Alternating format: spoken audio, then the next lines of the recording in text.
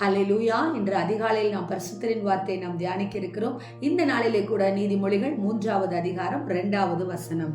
அவைகள் உனக்கு நீடித்த நாட்களையும் தீர்க்காயுசையும் சமாதானத்தையும் பெருக பண்ணும். கர்த்தருடைய கட்டளைகளையும் கர்த்தருடைய போதகத்தையும் இருதயத்திலே வைத்து நீங்கள் நடக்க ஆரம்பிக்கும் பொழுது நீங்கள் எதிர்பார்த்திருக்கிற நீடித்த நாட்கள், தீர்க்காயுசை கர்த்தர் உங்களுக்கு, மகிமையின் ஐஸ்வர்யத்தை கர்த்தர் உங்களுக்கு கொடுக்க வல்லமை உள்ளவராயிருக்கிறார். ஆம் தேவ ஜனமே, ஒரு மனுஷனுக்கு என்ன தேவை? சமாதானம் தேவை, நீடித்த நாட்கள் தேவை, தீர்க்காயுசு தேவை. இவை எல்லாவற்றையும் கர்த்தர் ஒருவரே கொடுக்க முடியும் என்பதை இந்த வசனம் தெளிவாய் சொல்லுகிறது.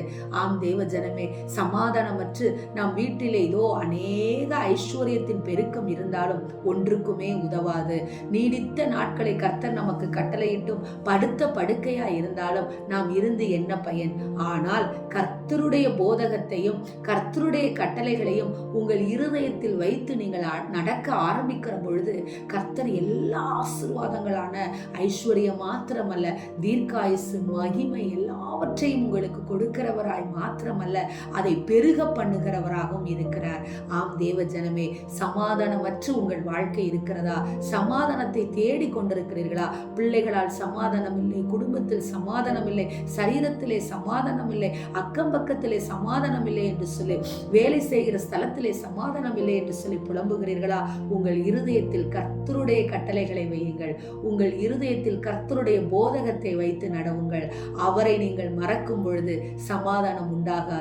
அவரை நேசிக்கிற பொழுது சமாதானம் நிச்சயமாய் உண்டாகும். எனவே தேவ ஜனமே, சமாதானம் ஆயுசு நாட்களை கொடுக்கிற தேவன் உங்களோடு கூட இருக்கிறார். ஆமென். ஸ்தோத்திரம். எங்களை நேசிக்கிற எங்கள் நல்ல தகப்பனே, இந்த நாளிலே நாங்கள் கேட்ட வார்த்தையின் பிரகாரமாக எங்களுக்கு நீடித்த நாட்களையும் தீர்க்காயுசையும் மகிமையும் கொடுக்கிற எங்கள் தேவனாகிய கர்த்தர், சமாதானத்தை கொடுக்கிற எங்கள் தேவனாகிய கர்த்தர் நீர் என்பதை நாங்கள் அறிந்து உலக வழிபாடிலிருந்து விலகி உம்முடைய வார்த்தைகளை நாங்கள் இருதயத்தில் பதிந்து அதன்படியாய் நடக்க எங்களுக்கு கிருபைகளை கொடுங்கன்னு சொல்லி நாங்கள் ஜெபிக்கிறோம். நல்ல பிதாவே, ஆமென். Praise the Lord. ஹல்லேலூயா.